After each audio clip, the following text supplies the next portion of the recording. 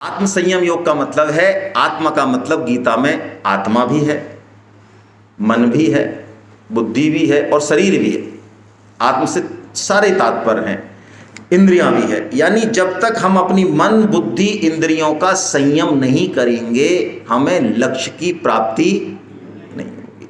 अरे परमार्थिक लक्ष्य की तो छोड़ो, एक छोटे मोटे लक्ष्य की, भौतिक लक्ष्य की भी प्राप्ति नहीं होगी। यदि एक एकादशी व्रत करने के लिए वैष्णव को कहा जाता है और एकादशी व्रत भी उससे नहीं होता आसानी से, उसमें भी उसकी जीभ जो है लपाके मारती है, इधर उधर दौड़ती है, और उस दिन उसको लगता है जिंदगी में सबसे बढ़िया व्यंजन आज ही बनाए जा रहे हैं अड़ोस में पड़ोस में घर में। भगवान के भजन में उसका मन नहीं लग रहा है, तो इसका मतलब वो सोचे कि मैं कर्म ज्ञान और इन पे पैर रखते हुए पहुंच जाऊंगा। ना ना ना ना, ये पहली सीढ़ी नहीं पार हो रही है हमसे अभी। आत्म संयम, मन बुद्धि इंद्रियों का संयम बहुत आवश्यक है। गीता शुरुआत ही इससे करती है दूसरे अध्याय में और अंत तक कहेगी। लेकिन अब भगवान कर्म ज्ञान का तत्व बिल्कुल खोल के समझा रहे हैं। इस एक श्लोक को हम समझने की कोशिश करते हैं। आइए पहले पढ़ते हैं। अनाश्रित कर्म फलम कार्यम कर्म करोति यः स सन्न्यासी च योगी च न निरग्निर्न चाक्रिय। कर्म फल का आश्रय न लेकर जो कर्तव्य कर्म करता है वही सन्यासी है और वही योगी है। क्या बात है, भगवान ने यहाँ के बिल्कुल सिक्के के दोनों पहलुओं को मानो मिला दिया। अब तक तो कर्म सन्यास इसको अलग अलग बता रहे थे भगवान, लेकिन यहां भगवान बता रहे कि मूल में अर्जुन बात क्या है।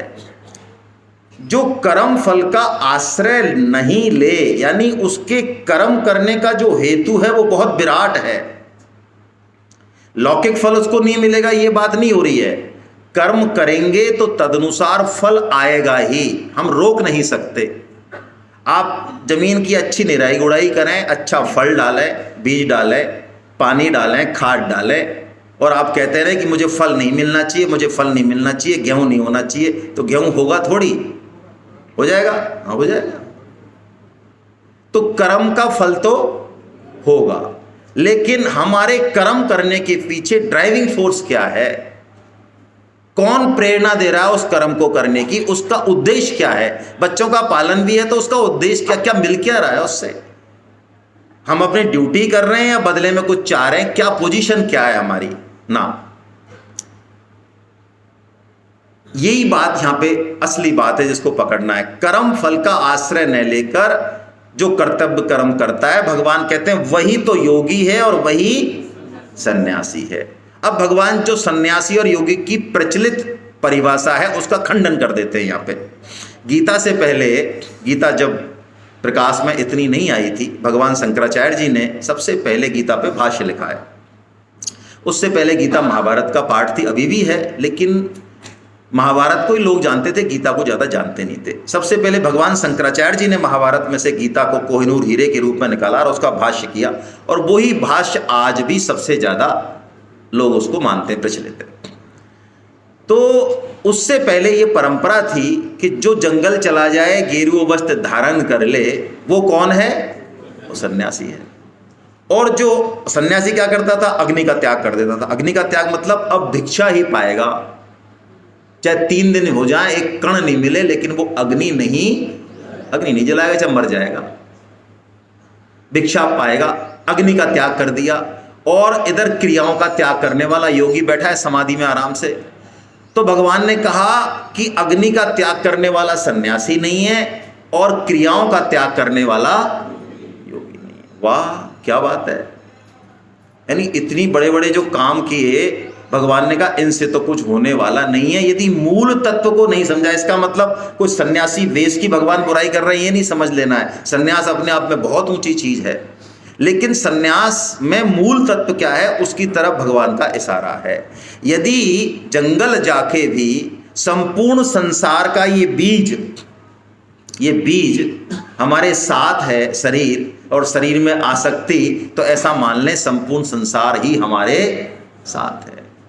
और यदि घर में रहते हुए भी भगवान का भजन हो रहा है, भगवान की भक्ति हो रही है, भगवान के उस तत्व को हम समझ पा रहे हैं और हमारे कर्तव्य कर्म, चाहे वो छोटे से छोटे कर्तव्य कर्म हैं हमारे ड्यूटी के, उनसे हमारी परिवार में, संसार में, शरीर में आसक्ति खत्म हो रही है। आसक्ति बोल रहा हूं मैं, और भगवान से प्रेम हो रहा है, तो हम मान लें कि हम बड़े से बड़े ध्यानी, योगी और ज्ञानी से भी श्रेष्ठ हैं।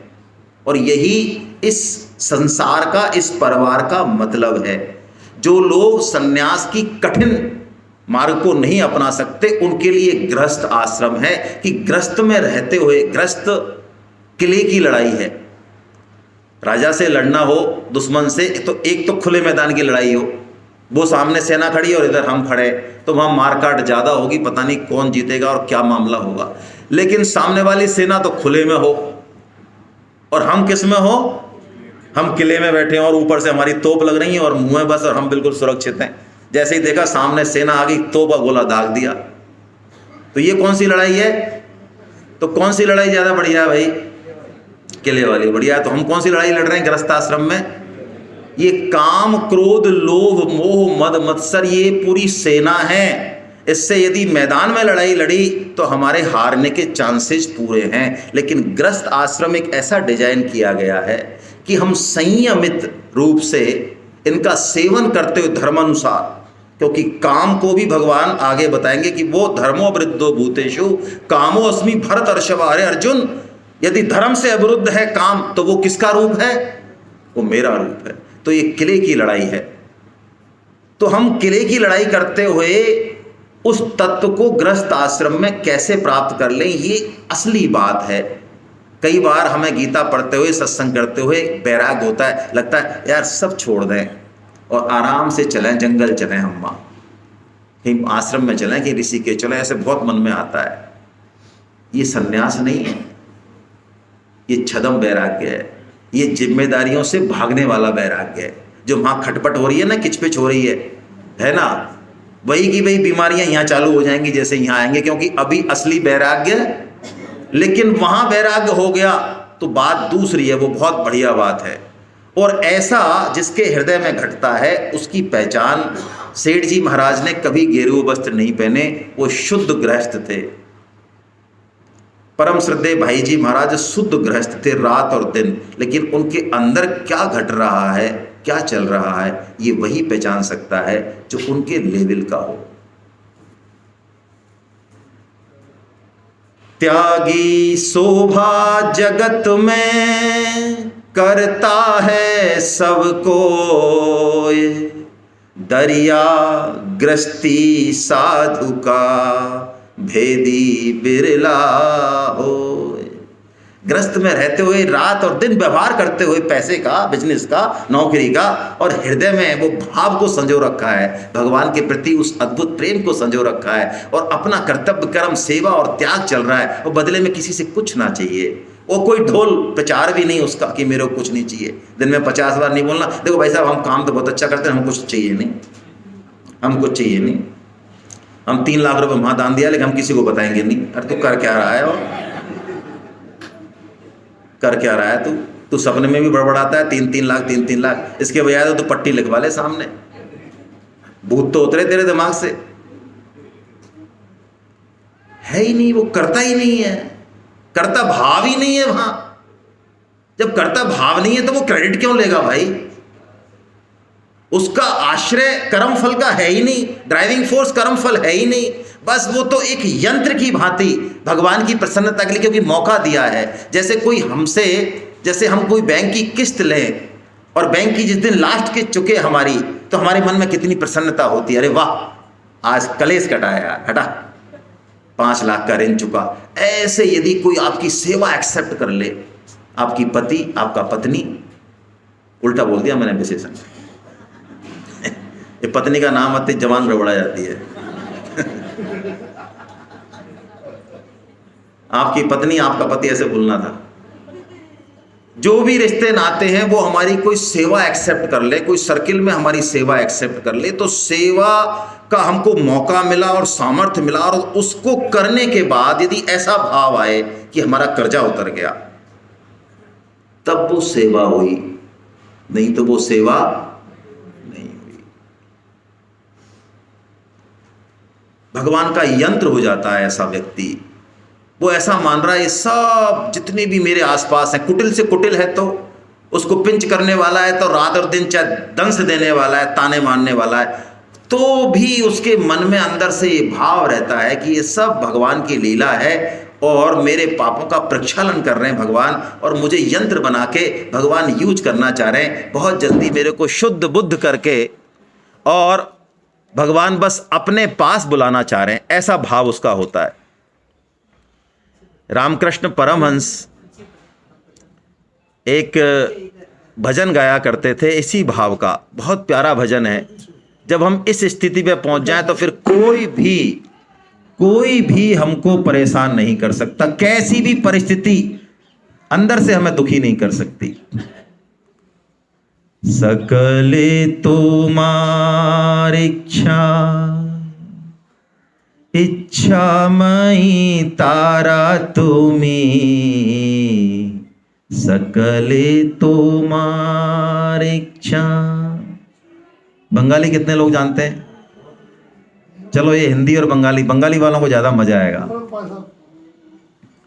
तुम्हार कर्म तुम्ही करो मां, तुम्हार कर्म तुम्ही करो मां, लोके बोले करो आमी, सकले तुम्हार इच्छा मई तारा तुम्ही, सकले तुम्हार इच्छा। कारे दाओ ब्रह्म पंके बद्ध करो करी,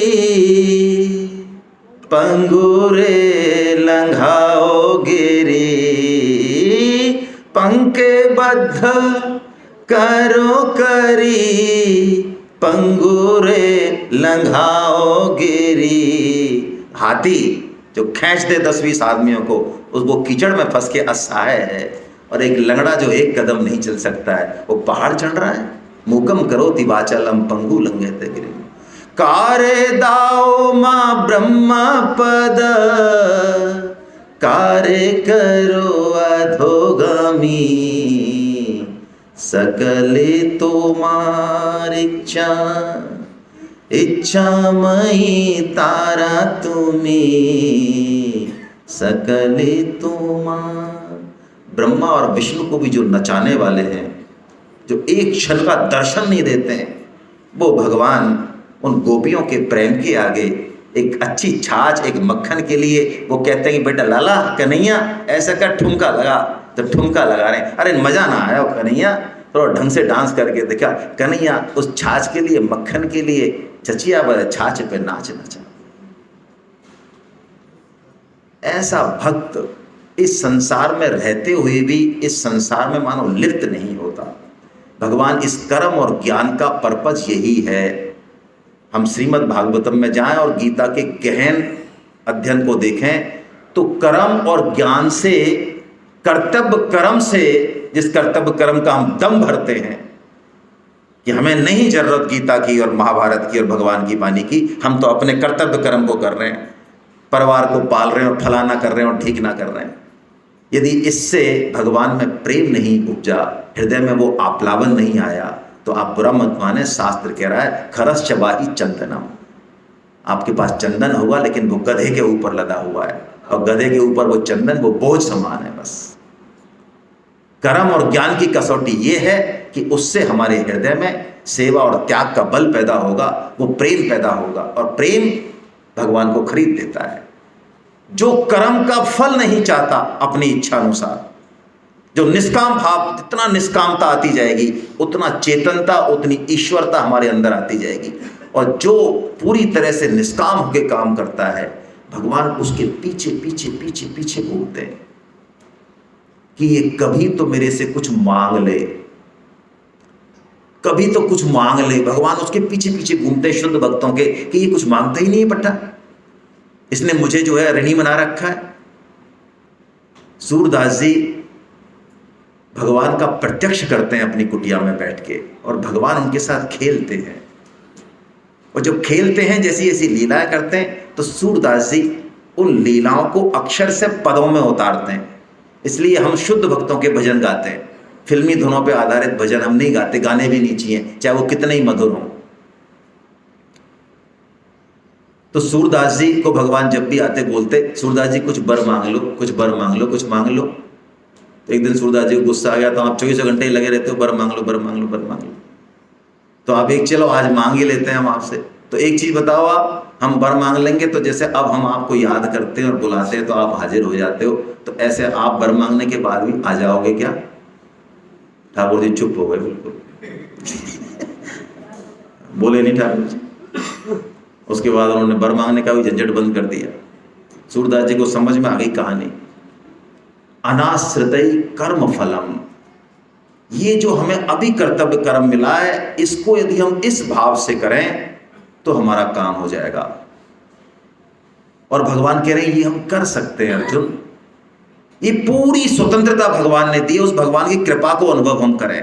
भगवान ने एक बहुत अच्छा श्लोक यहाँ बोला है, बड़ा प्यारा श्लोक है, हम सबको अपनी जिम्मेदारी का एहसास करा रहा है ये श्लोक। मनुष्य जन्म मिला, भगवान की विशेष कृपा हम सबके ऊपर। किसी को नहीं पता क्या मैकेनिज्म है, क्या साइंस है इसके पीछे।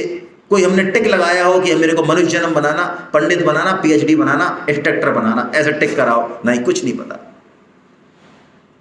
गीता से परिचय कराया भगवान ने। हमारी इच्छा है या नहीं है, हमारा भाव अच्छा है चाहे कुभाव है, तब भी भगवान की वाणी हमें मिल रही है सुनने को। यानी हम कोई एक बहुत बड़ा मैकेनिज्म हमारे पीछे काम कर रहा है मानो।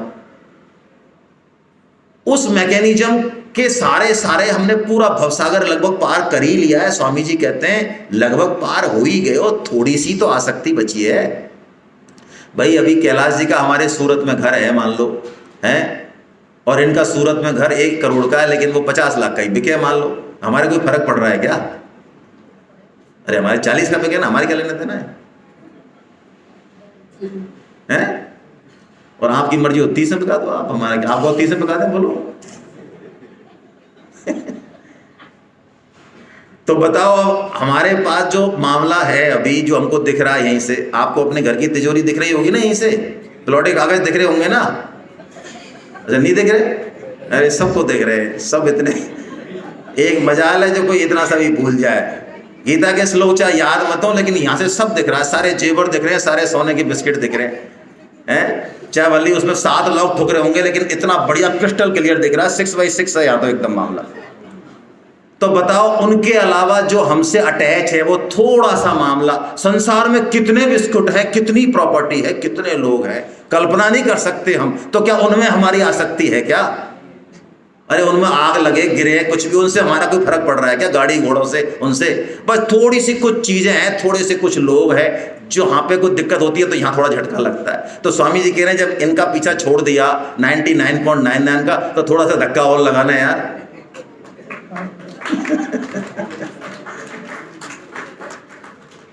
और तू कर सकता है भाई, हम कर सकते हैं। भगवान कह रहे हैं, मैं नहीं कह रहा हूं।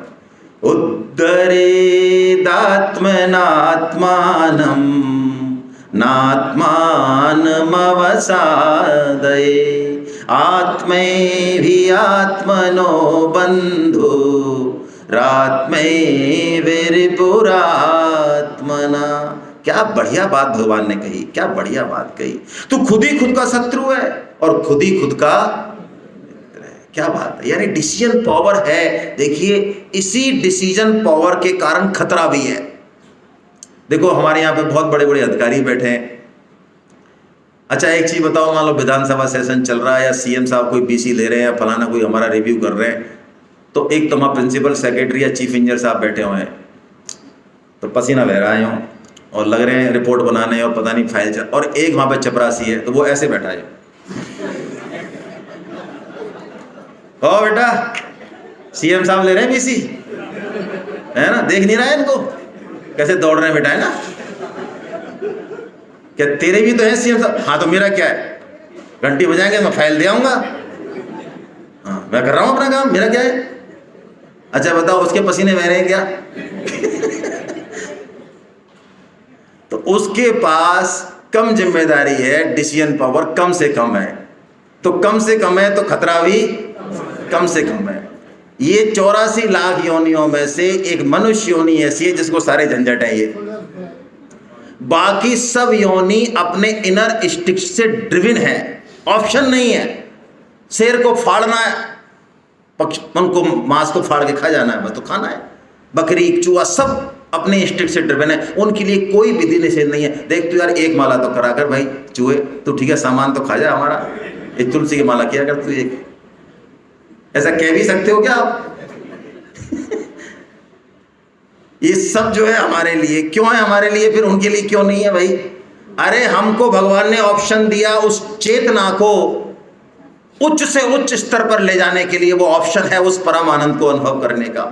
और ये भी ऑप्शन है कि हम चाहें तो लुढ़क के उस नीचे से नीचे उस 84 लाख योनि के चक्र में चले जाए। यदि हमें स्वतंत्रता का यूज करना अच्छा नहीं लगता तो भगवान कह रहे हैं कोई बात नहीं, मेरे हाथ में कुछ नहीं है भाई, सिस्टम काम करेगा।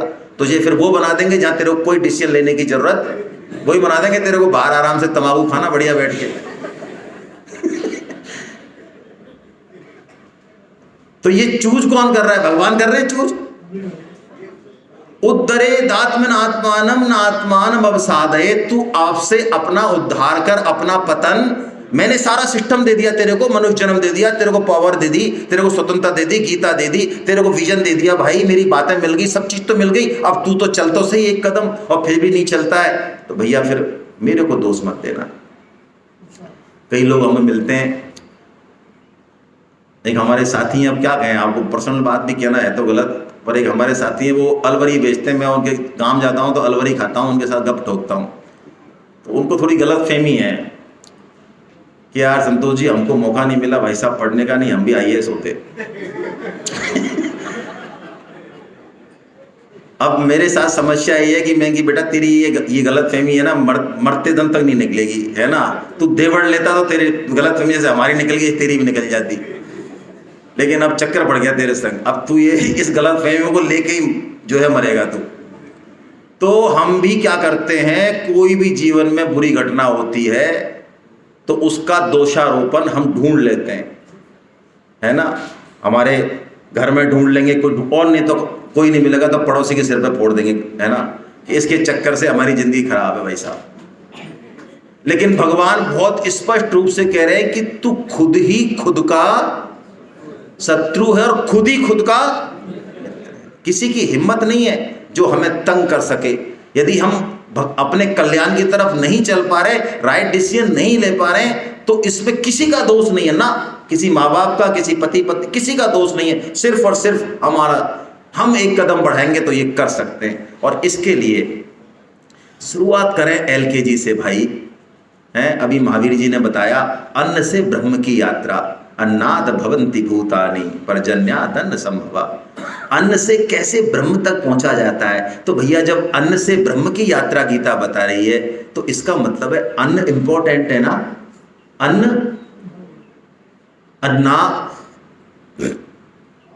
आहार शुद्धि, सत्व शुद्धि, सत्व शुद्धि ध्रुवो स्मृति, ये शास्त्र वचन है भाई, श्रुति वचन है। अन्न क्या होता है? जिससे जिसको जीवन मिलता है वो अन्न है। आप मोटी मोटी बात ये मान लें, ये मोटी परिभाषा है। आंखों का अन्न, कानों का अन्न, नाक का अन्न, मन का अन्न, बुद्धि का अन्न, इनके भी अन्न है। तो हम मन से क्या खा रहे हैं भाई, इंद्रियों से क्या खा रहे हैं, क्या खिला रहे हैं, इनको जरा ये भी देखें। और यदि शुद्ध खिलाएंगे तो शुद्ध काम होगा। इसलिए गीता में भगवान ने ध्यान योग के प्रकरण में एक तो अति से बचने पे मना किया। भगवान ने कहा बहुत ज्यादा जागना, बहुत ज्यादा सोना, बिल्कुल नहीं सोना, है ना अर्जुन, ना, इससे काम नहीं चलेगा, तू मीडियम पेसर चल। हम कई बार उपवास में माता बहनाएं अति कर देती हैं, उनका शरीर साथ नहीं देता है, कई तरह की और समस्याएं, लेकिन वो नियम को नहीं तोड़ती हैं, पानी तक नहीं पीती हैं। ऐसी बात गीता नहीं बताती। करें आप संयम करें, लेकिन देखिए संयम का उद्देश्य क्या है। हम बच्चों को शिक्षा दे रहे हैं तो क्या कभी सोचते हैं कि उद्देश्य क्या है? हम कोई कर्तव्य कर्म करते तो सोचते हैं कि उद्देश्य क्या है। तो एकादशी में हम अन्न नहीं खा रहे, संयम कर रहे हैं, तो सोचें उसका उद्देश्य क्या है। उद्देश्य है हम ऐसा खाएं, इतना खाएं, तब खाएं जिससे कि एकादशी में जो भगवान नाम स्मरण है 1+10 यानी पूरा मन सहित 10 इंद्रियां हमारी भगवान के काम में लगी रहे। यदि आपका 2 बार खाने से वो काम अच्छा होता है तो आप 2 बार खाइए। यदि आपको लगता है नहीं खाने से भी चलेगा तो बहुत बढ़िया, फिर आप नहीं खाइए। लेकिन उद्देश्य हिट होना चाहिए। 15 नंबर उद्देश्य के हैं 16 आना में से।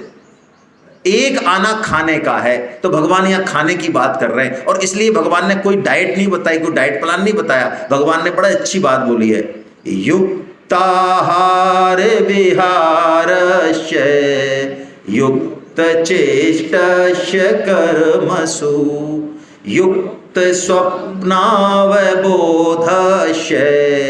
योगो भवति दुःखः। बहुत प्यारा श्लोक है।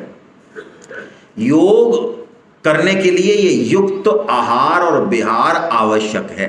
अब युक्त की परिभाषा आपको हमारे बीच में डॉक्टर प्रदीप योगी, बहुत गहरी समझ है उनकी योग की। मैंने कई सेमिनार्स में देखा है, बहुत अच्छे से योग को समझाते हैं। मैं कोशिश करूंगा कि आज हम है ना कुछ समय एक सेशन बोल लें और बहुत अच्छे से हमको समझाएं, जिससे कल सुबह जब हम खड़े हों तो उस चीज़ को फॉलो करें। 2-3 दिन में आप बस सीखें, बाकी फॉलो अपने जीवन में जो है आगे करें। तो युक्त है क्या? देखिए, युक्त में कई बार लोग कहते हैं कितना खा लें, कैसे खा लें। अरे भाई, कितना कैसे से नहीं है।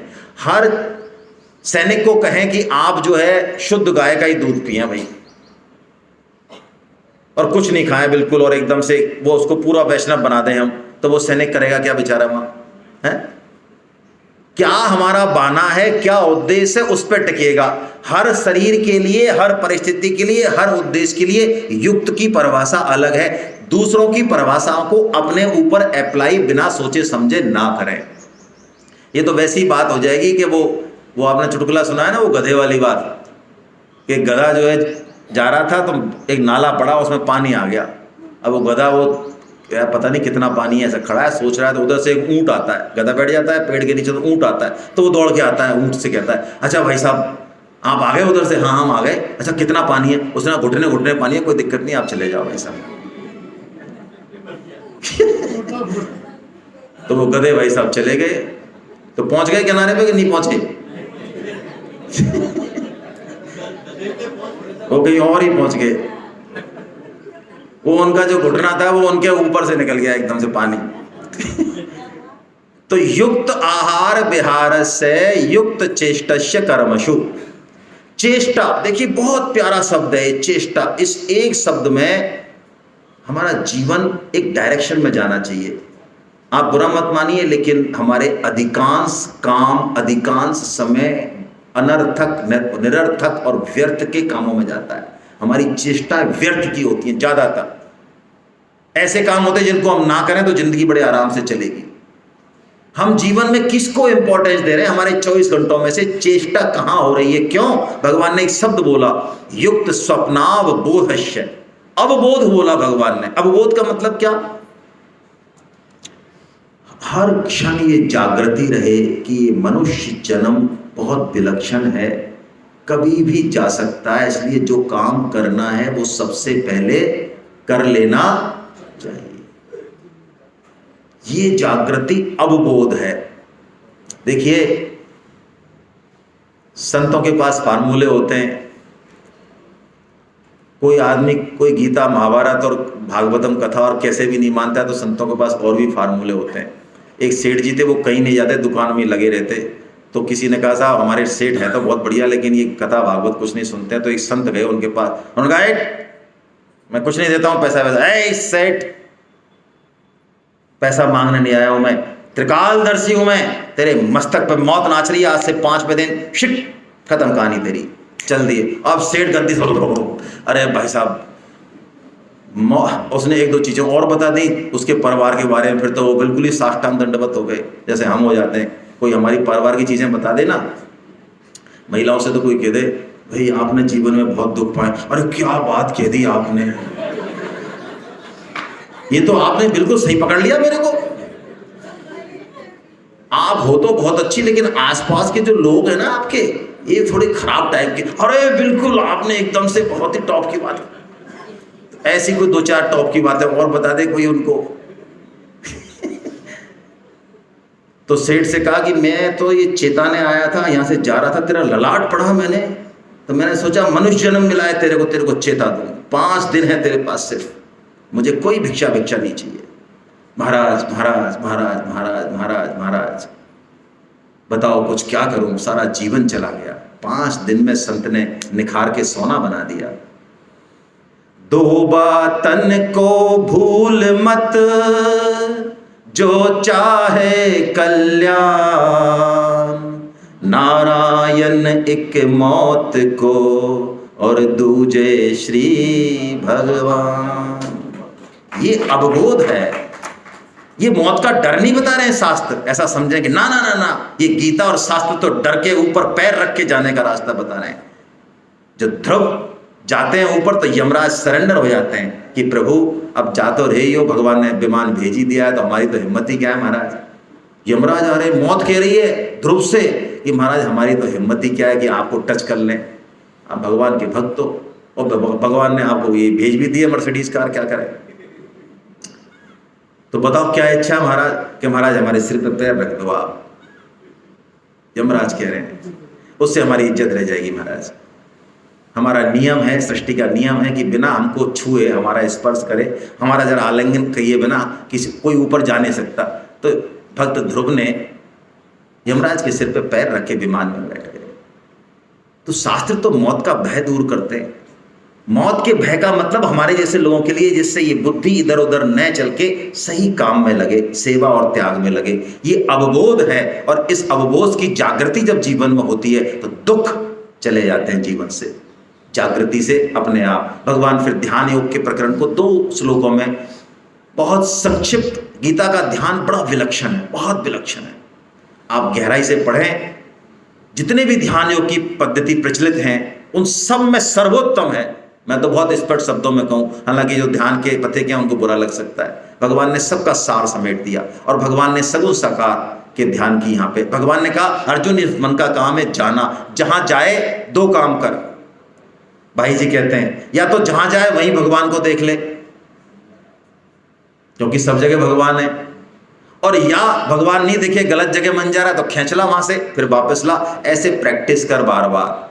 तो अर्जुन ने कहा महाराज ये सुन तो ली हमने आपकी बात ध्यान योग की, लेकिन हमारे पल्ले कुछ पड़ा नहीं है। हम इस ध्यान योग को हमारे लिए ज्यादा शक्य नहीं मानते, हमारे लिए ये संभव नहीं है। तो भगवान कहते हैं अर्जुन मन को वश में करना कठिन तो है, ये बात तो तेरी ठीक है, लेकिन मैं तेरे को 2 मंत्र देता हूं, उससे तू इसको वश में कर सकता है। कौन कौन से मंत्र बताए, नीचे की लाइन पढ़ें। अभ्यासेन तु कौन्तेय वैराग्येन च गृह्यते। जब तू शब्द आता है ना, छोटा तू, इसका मतलब भगवान ऊपर जो बात कही है उसको पलट रहे हैं। जहां भी तू शब्द आएगा भगवान जिस सिस्टम पे चल रहे हैं वहां से यू टर्न ले रहे हैं। कठिन तो है लेकिन तू वश में कर सकता है। किससे कर सकता है भाई? अभ्यास से। अभ्यास क्या है भाई? एक तो सिंपल अभ्यास का मीनिंग है मैकेनिकल एक्सरसाइज, यही मानते हैं लोग, वक्ता भी यही बताते हैं ज्यादातर, लेकिन स्वामी जी ने तो भाई इसका मतलब कुछ और बताया है। अभ्यास किसी चीज को बार बार करना, प्रैक्टिस करना ठीक है, लेकिन देखिए कलयुग में सबसे बड़ा अभ्यास भगवान नाम जप है। ये जो लॉजिक वाली बुद्धि है इसको अंदर जाने नहीं देगी, लेकिन आप पक्की बात मान लीजिए, जितनी भी बीमारियां हैं ना, जितनी भी बीमारियां हमारे, कौन सी, मानसिक, आध्यात्मिक, शरीर की नहीं कह रहा हूं, शरीर भी मान लो, यदि हम भगवान नाम जप करना चालू कर दें, अहरनिश राम राम राम राम राम राम राम राम राम राम राम राम राम राम राम राम, ये आपको माला दी है, इसका शुल्क यही है कि आप बैठ के भगवान नाम जप करें, तो आप पक्की बात मानिए आपका कर्म, ज्ञान, भक्ति, प्रेम सब साथ देगा ये नाम। और यदि आप 1 महीने भी करते हैं, रोजाना 4 माला भी करते हैं, आप चैलेंज के साथ संतों का कहना, आप स्वयं महसूस करेंगे कि जीवन में क्या परिवर्तन आया है। मैकेनिज्म मत पूछना क्यों आता है। केशव केशव को किए मत को किए असार, और रात दिवस के कूकते, कबहू तो सुनहि पुकार। राम राम रटते रहो, जब लगी घट में प्राण, कबहू तो दीन दयाल के भनक पड़ेगी कान। कैसे दयालु हैं भगवान। परम श्रद्धेय स्वामी जी महाराज ने एक ऐसी अद्भुत बात कह दी। वो कहते हैं भाई ये छोड़ो द्वैत अद्वैत, ये बड़ी बड़ी पंडिताई की बातें छोड़ो भाई। राम हरि कृष्ण किसका नाम लें, सगुण साकार निर्गुण निराकार, ये आलतू फालतू के चर्चे। ओम बड़ा है राम बड़ा है, क्या रे महामूर्ख है हम। ओम और राम में 1 इंच मात्र भी फर्क नहीं है, पूरी तरह से तात्विक एकता है। कोई संस्कृत के पंडित हो तो उनको समझाया भी जा सकता है। स्वामी जी कहते हैं कुछ भी समझ में नहीं आ रहा है, कुछ नहीं पता तेरे को, कोई योग्यता नहीं है तेरे में, तो तू राम राम राम राम राम राम राम राम राम राम राम राम राम राम राम राम राम राम चल तू चालू कर आगे से। अरे तेरा रास्ता खोल देंगे भगवान, तेरे को प्रकट होकर बताएंगे भगवान कि तू इस पथ पे चल। और क्या चाहिए भाई, ये वरदान है भक्तों का। हम नहीं चल सकते, भक्तों ने वरदान मांग लिया कि राम का नाम सबसे बड़ा, जो राम ले वो सबका हो गया वो। तो ये अभ्यास है भाई, बोलना, स्मरण करना और चिंतन करना, ये तीनों ही चलते, ये अभ्यास है। और वैराग्य का मतलब क्या? देखो, जिस चीज को हम रख नहीं सकते भाई, उसमें क्यों ममता फंसाएं। शरीर को नहीं रख सकते, किसी रिश्ते नाते को नहीं रख सकते, हाँ उसके प्रति वफादारी निभाएं, उसको भगवान का समझ के उसको बिल्कुल आप्लावित कर दें। अरे रिश्ता कोई भी हो, साधक में दम होना चाहिए, दम।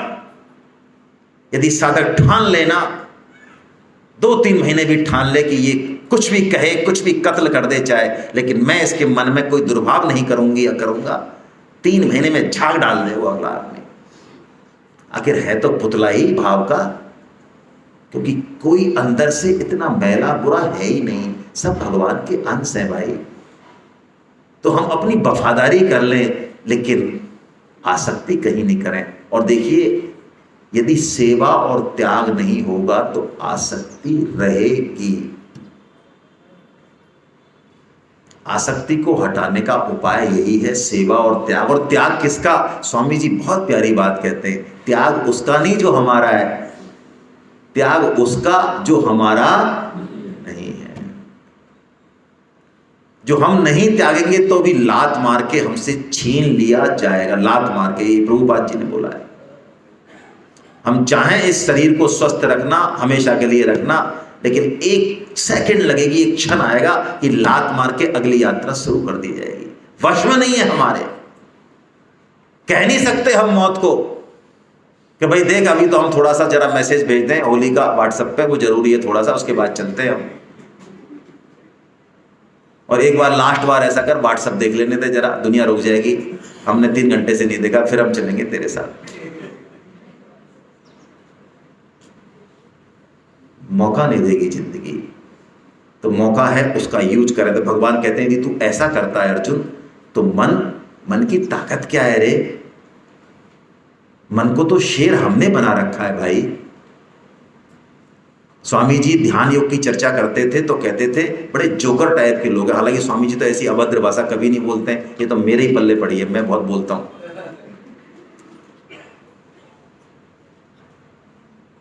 अरे कभी हम में से किसी ने शिकायत की क्या आज तक कि साहब जब रसगुल्ला और खीर बनती है तब हमारा मन नहीं करता है खाने में? है?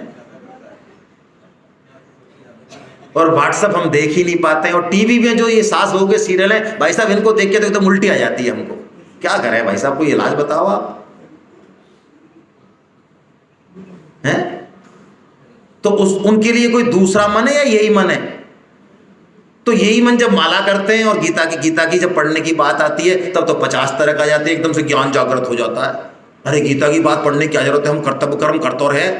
और आपने गीता में जो बात बताई वो तो सब हमारे यहाँ बैठ गए थे, वो यहाँ एकदम यहाँ रखिए, अंदर रखिए हमारे।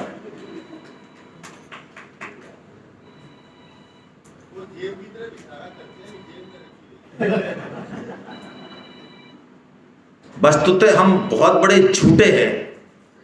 हम मन को तो कहते हैं बेटा तू माला में लग जा, और मन पूछता भाई साहब आप हमारे राजा हो, आप यार हम तो थोड़ा सा भी विषय भोग करेंगे, देखो मन भरा नहीं है अभी तो हमारी शादी के हुए क्या, मुश्किल से 50 साल हो, थोड़ा सा और खेल लेते हैं कबड्डी। तो मन भगवान की तरफ जाता है, फिर देखता है मेरे स्वामी किधर गए, तो खट पलट के किधर आ जाएगा, अपने स्वामी के पीछे आ जाएगा। जहां हम जाएंगे वहां मन जाएगा। तो अब अर्जुन पूछते हैं चलो महाराज आपके कहने के अनुसार हम ध्यान योग कर लें, लेकिन ऐसा हुआ कि हमको आपके कहने से हमने संसार भी छोड़ दिया महाराज, और आप ऐसी डांट देते हो तो हमने विषय वासना भी छोड़ दी, सुख भी छोड़ दिया, व्हाट्सएप भी छोड़ दिया, इधर से भी गए महाराज और उधर हम पहुंचे नहीं, तो हमारी हालत क्या होगी महाराज।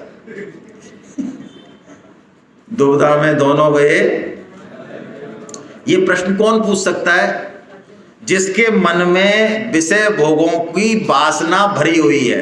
आपके मन में भी आता है ना, हमारे मन में आता है ना, हाँ आता है। तो जिसको ये है ना कि जबरदस्ती छुड़ाया जा रहे हैं विषय भोग, उसके मन में तो भाई साहब चलो हम छोड़ तो दें, लेकिन मान लो भाई साहब हम वहां पर नहीं पहुंचे तो। जैसे एक सेठ जी के नौकर था, तो सेठ जी का बच्चा बीमार हुआ, तो उन्होंने कहा अपने नौकर से अरे भाई जा जरा वैद्य जी को बुला ला, तो वैद्य जी अभी सो रहे होंगे। तो नौकर से कहा अरे भाई मेरी बात हो गई उनसे, वो जग रहे, नहीं तो मैं चला गया, लेकिन वो वैद्य जी नहीं आए। तो सेठ जी ने कहा भाई वो आ जाएंगे, मैंने टाइम ले लिया है उनसे, है ना। नौकर ने कहा चलो आ भी गए तो दवाई भी दे दी, मान लो तो फायदा नहीं हुआ। तो उन्होंने डंडा उठाया कि फिर मैं बताता हूँ तेरे, उठ जा अभी। तो ये प्रश्न ऐसा है कि हम इधर से तो बच गए और उधर पहुंचे नहीं। तो लेकिन देखिए कैसा भगवान की वाणी है, कितनी करुण कृपा है। अरे एक छोटा सा शिशु क्या करेगा वो हमारे लिए, हैं? लैट्रिन पेशाब अलग कर रहा है, कपड़े अलग सियो उसके, लेकिन एक छोटी सी किलकारी भर देता है, एक छोटा सा हमको कोई बस कोई क्रिया कर देता है तो हम नौछावर हो जाते हैं, मानो उस पर नौछावर हो जाते हैं। मानो भगवान हमारी छोटी सी, जैसे हम गीता श्रवण के लिए ऋषिकेश में बैठ गए बस, तो मानो भगवान नौछावर हो रहे हैं हमारे ऊपर। किया धरा तो यानी क्या है, पर उनको तो बस जैसे बहाना चाहिए। ये पक्की बात है, क्योंकि मैं इस शब्द को ऐसे नहीं बोल रहा हूँ, मैं श्लोक के भाव को देख के बोल रहा हूँ। क्योंकि यहाँ भगवान जो शब्द इस्तेमाल कर रहे हैं, ये पूरी गीता में सिर्फ एक बार आया है, एक बार, कहीं नहीं आया इसके। यहाँ भगवान का हृदय कुछ विशेष भावों से आप्लावित है। यहाँ भगवान ने तात शब्द का यूज किया है, तात। मानो भगवान तैयार बैठे कि तू थोड़ा सा तो मेरी तरफ चलने की कोशिश कर, मैं तो पूरा तेरे को बिल्कुल सिद्धि उस पहुंचाने के लिए तैयार बैठा हूं। एक वो आपने सुना है, वो एक प्रोफेसर थे, वो फुटबॉल के बड़े प्रेमी थे।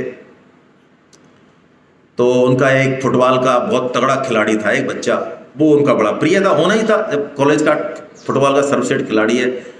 तो वो आरपीएससी की जब एग्जाम हुई तो वो प्रोफेसर साहब एज ए मेंबर आ गए आरपीएससी में। तो पूछा उनसे, केमिस्ट्री की बात थी, तो लेक्चर के इंटरव्यू हो रहे थे, सही बात है ये। तो पूछा दूसरे मेंबर ने, अच्छा भाई बहुत उसका पढ़ाई में ध्यान नहीं, कैसे करके उसने क्या एमएससी करी, कि चलो सोडियम क्लोराइड का फार्मूला बताओ, खाने का नमक है, कम से कम इसका तो बता देगा ये। उसका ध्यान तो खोपड़ी उसकी तो बिल्कुल फुटबॉल में। तो उसने कहा कि मेरे को नहीं पता। तो प्रोफेसर करे अरे देखो एकदम सही बोला, एकदम सही बोला। उन्होंने कहा क्या सही बोला? ये कह रहा मुझे तो सही बोला ना, इसको पता नहीं है। तू पास हो गया बेटा, तू पास हो गया।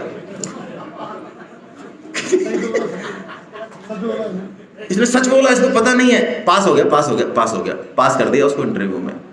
भगवान भी ऐसे तैयार बैठे हैं हमारे लिए, और एक ऐसी बात बता रहे हैं भगवान। यहाँ कैसी बात बता रहे हैं भाई, इस पे तो वारी जाने का मन करता है। यहाँ भगवान ने जो बोला है ना, ये हम जैसों के लिए है, हम जैसों के लिए, जिनका खान पान में संयम नहीं, जिनका आचार विचार में संयम नहीं, उनके लिए मानो ये संजीवनी बूटी है ये शब्द, ये श्लोक। पार्थ नैवेह नामूत्रे विनाशस्तस्य विद्यते, नहि कल्याण कृत कश्चित् दुर्गतिम तात गच्छति। आहा, कैसी घोषणा कर रहे हैं भगवान, जो एक कदम भी भगवान की तरफ बढ़ा देता है। जिसने निश्चय कर लिया, जिसने गीता का श्रवण कर लिया, भाव कुभा अनक आलसु, जैसे भी जो भगवान नाम जप कर रहा है, भगवान गारंटी ले रहे हैं, हे अर्जुन, उसका दुर्गति नहीं हो सकती, उसका कल्याण ही होगा, उसका विनाश संभव नहीं। आज नहीं तो कल वो आएगा इस मार्ग पर। देखिए, मुझे बहुत कम उदाहरण ऐसे मिलते हैं। मैं ऐसे झूठ नहीं बोलता, संभव मतलब कोशिश करता हूं नहीं बोलूं। आज मुझे एक ऐसा उदाहरण मिला कि फिर मुझे इस बात पर विश्वास हो गया। हम लोगों से पूछते हैं, आप गीता का प्रचार कर रहे हैं? हाँ, कर रहे हैं। हमने क्या किया है भाई साहब? बहुत बड़ा काम किया है। आज क्या किया? जितने भी हमारे व्हाट्सएप के कॉन्टैक्ट है ना भाई साहब, वो आपको गीता का मैसेज हमने व्हाट्सएप पर भेज दिया है। हाँ, तो बेचारे मर रहे हैं वो तो गीता पढ़ने के लिए। जैसे आपने भेजा वो खट आपके घर पे आएंगे और रजिस्ट्रेशन कराएंगे सेमिनार का, है ना। वो तो मर रहे हैं, उनको तो बेचारा वो व्हाट्सएप के मैसेज आते ही खाएं गीता के। व्हाट्सएप के भेजने से कोई भी गीता का प्रचार नहीं होता है। अरे आप चारों तरफ से जब तक घेरोगे नहीं लोगों को, अपने पद प्रभाव का इस्तेमाल नहीं करोगे, उस भगवान का आश्रय नहीं रखोगे, तब तक निमित्त नहीं बन सकते हम दूसरे के लिए। लेकिन देखिए, कभी कभी कुछ चमत्कार घटते हैं। हमारे बीच में बीकानेर से मुंगड़ा जी बैठे हैं। ये 8-10 लोग आए हैं, तो ऐसी मेरी चर्चा हो रही थी अभी। मैंने कहा, आपको ऐसे देखा नहीं, मतलब कोई कनेक्टेड नहीं लग रहा कहीं से ऐसे, तो आप कैसे आए? मतलब आपको प्रेरणा कौन दे रहा है? कौन प्रेरित, किसने बुलाया सेमिनार में आपको? मेरा ऐसे ही भाव था। तो ये कह रहे, मैंने गीता का मैसेज पढ़ा था, मैं उससे आया हूँ। यार ये तो मेरे को जमती नहीं है बात। देखो, क्योंकि गीता के मैसेज से कोई सेमिनार में 3500 रुपये दे दे, ये मेरी खोपड़ी से बाहर है भाई, है ना। साड़ी के लिए तो हम 35,000 दे देंगे, उसमें कोई टेंशन नहीं है। और जो बेटे की जो शादी होगी उसके लिए भी 1.5 लाख रुपए कर देंगे हम खर्च, फोटोग्राफी में, वो कोई दिक्कत नहीं है, वो तो जरूरी खर्चे हैं। सेमिनार के लिए पैसे लेते हो तुम, पाप कमा रहे हो, पाप। ऐसे भी आए हमारे पास। तो इन्होंने कहा, कोरोना काल में मैंने एक सेमिनार में रजिस्ट्रेशन कराया था, महावीर जी ने मेरे को भेजा था और उसका मैंने रजिस्ट्रेशन कराया सेमिनार का। लेकिन कोरोना काल में कुछ बंदिश होने के कारण, कुछ ट्रेन कैंसिल होने के कारण मैं उस सेमिनार में 2 साल पहले नहीं आ पाया। तो अब मेरे को भगवान ने प्रेरणा दी कि ऋषिकेश में सेमिनार हो रही है, तो क्यों ना हम 7-8 लोग चलें। मैंने कहा वाह, 2 साल पहले का वो सत, यानी ये सत जो संकल्प है ना, ये सत प्रेरणा, ये स्वामी जी का वचन है। 10 साल हो जाए, चाहे 15 साल हो जाए, चाहे जन्म बीत जाए, ये निकल के आएगी, प्रकट होगी। इसको कोई भोग विलास दबा नहीं सकता, संभव ही नहीं है। अब आपने भगवत गीता का श्रवण कर लिया, आप पक्की बात मानिए, आप कितने ही चाहे संसार में फंसने की कोशिश करें, हाँ फंस भी सकते हैं, 10-20 साल खत्म भी कर सकते हैं, होगा ऐसा, हो भी सकता है, लेकिन अल्टीमेटली जीत सत की होगी, ये पक्की बात है। ये भगवान का वचन है। पार्थ नवेह नामुत्र, न यहां न परलोक में कहीं उसका विनाश नहीं हो सकता, उसकी दुर्गति नहीं हो सकती। ये भगवान का वचन है, तो फिर हमारी दुर्गति करने वाला कौन है? अब अर्जुन को भगवान लास्ट बात बताते हैं, अर्जुन तू योगी हो जा। योगी मतलब तू कर्तव्य कर्म को निष्काम भाव से करना भाई।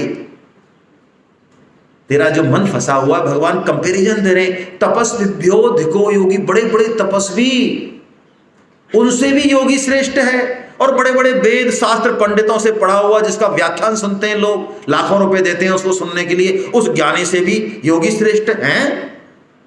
और कर्मी जो पूरी दुनिया को खिला रहा है, ऐसे ऐसे बड़े परोपकार के काम कर रहा है, लोग बड़े मस्त हैं, मदमस्त हैं। भाई साहब, हम तो ये काम करते हैं। अच्छी बात है, आप गीता पढ़ाते हैं, पढ़ाते रहें, लेकिन हम तो ये काम करते हैं भाई साहब। मतलब वो गीता में सुनना नहीं चाहते कि उनके काम के बारे में गीता कहते, वो वही काम करते रहें, लेकिन गीता का तड़का लगा लें तो बात बदल जाएगी। बड़े से बड़े कर्मी से भगवान कहते हैं योगी श्रेष्ठ है। भगवान गीता में बहुत कम जगह कमांड देते हैं, बहुत कम जगह। आप गीता का एंड देखेंगे, लोग कहते हैं अरे हम अध्यात्म में नहीं जाएंगे, बांधते हैं लोग, वहां जबरदस्ती करते हैं। अरे गीता को आप पढ़ो तो सही। भगवान सारे गीता सुना के अर्जुन को कहते हैं यथेच्छसी तथा करो, तेरी जचे जो कर, स्वतंत्र निर्णय। लेकिन भगवान कमांड देते हैं कहीं कहीं, बहुत कम जगह। कब देते हैं? जब हृदय प्रेम से आप्लावित है तब। जैसे माँ, उसको पता है बच्चा आग की तरफ बढ़ रहा है, सांप की तरफ बढ़ रहा है, इसको तो लग रहा है ये सांप से बढ़िया खिलौना नहीं कोई, अभी झपट्टा मार के इसको जो है कर देता हूँ काम तमाम। उसको नहीं पता कि उसका ही काम तमाम हो जाएगा। तो माँ उस समय अपनी पावर का इस्तेमाल करती है। भगवान भी इसी तरह कहीं कहीं कमांड देते हैं। यहाँ कमांड दे रहे हैं, क्या कह रहे हैं? तस्माद्योगी भवार्जुना, अर्जुन तू योगी हो जा। कर्मी होने के लिए नहीं कहा भगवान ने, ज्ञानी होने के लिए नहीं कहा, बड़ी बड़ी तपस्या तप करने के लिए नहीं कहा। किसके लिए कहा? हाँ, ये सब हो, लेकिन सहायक किस में हो? फिर योगी होने में सहायक हो। तब तो इनमें भी श्रृंगार हो जाएगा इनका भी। लेकिन योगी ना हो हम और यही करें तो ये तो धूर है भाई। खरश्च भाई चंदनम है, श्रम एवि केवलम है। भागवतम में बहुत स्पष्ट आया, यदि ये भाव नहीं हुआ, निष्काम भाव नहीं हुआ, तो श्रम एव ही केवलम। हमने 50 साल भी लगाए परोपकार में, ज्ञान में, फलाने में, तो शास्त्रकार वेदव्यास जी कह रहे सिर्फ श्रम किया, कुछ नहीं किया। गधा मजूरी करी, कुछ नहीं किया। क्या किया? और भगवान अपनी तरफ से ये अंतिम श्लोक बोलते हैं, जिसको अर्जुन पकड़ नहीं पाते, क्योंकि अर्जुन का प्रश्न नहीं है ना भाई।